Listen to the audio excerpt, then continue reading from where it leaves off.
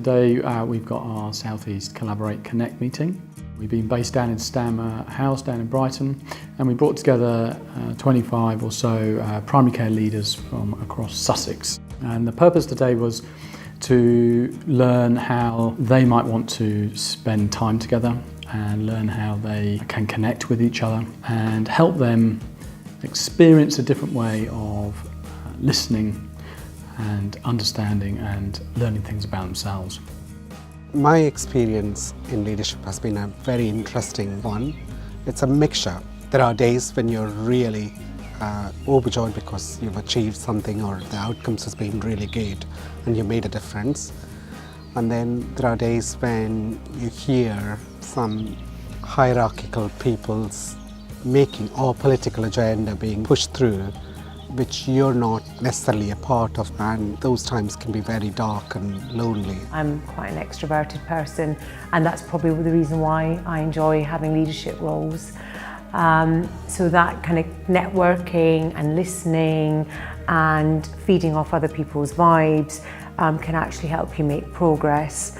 I think the trick to it, and the thing that I have to focus on a bit more, is actually time for reflection and listening and actually taking on board the way that other people work as well, and then making change so you can actually work together.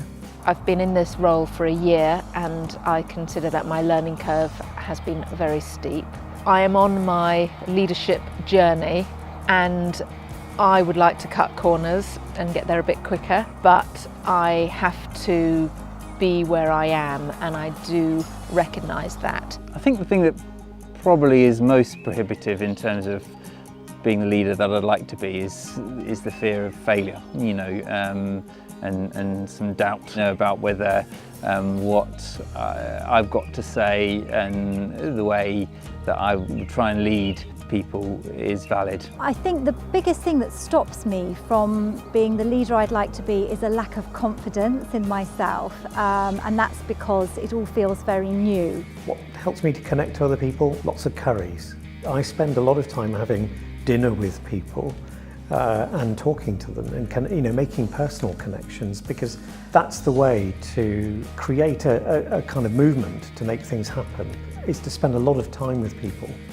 To be the leader I really want to be, you need more headspace really to think and develop and implement. Quite often in the NHS you're firefighting quite a lot, and I think to be a really good inspirational leader really needs leaders to be able to take time out. So days like today are great to be able to share ideas and think things through and having that headspace to do it.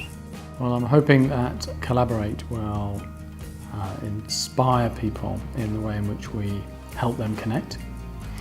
We will help people listen to each other and create a sense of possibility and a learning environment so that we understand why people like these primary care leaders want to stay connected in the future.